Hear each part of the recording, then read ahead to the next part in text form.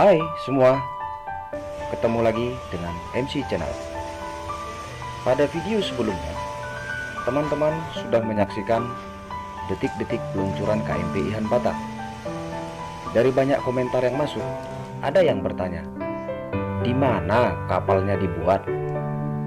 Nah, hari ini kita akan melihat tempat pembuatan KMP Ihan Batak. Ada yang unik dengan tempat ini, karena selain tempat pembuatan kapal, tempat ini dikenal juga sebagai tempat wisata pantai pasir putih.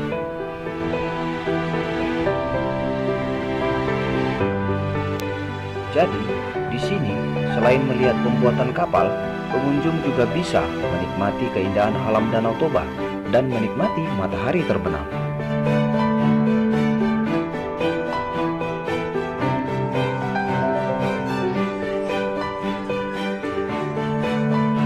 Tempat ini tepatnya berada di Desa Parparen 2, Porsea, Toba, Samosir.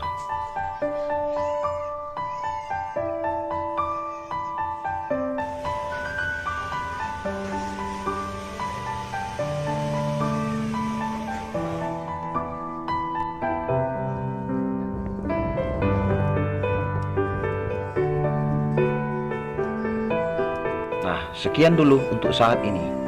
Ketemu lagi di video berikutnya.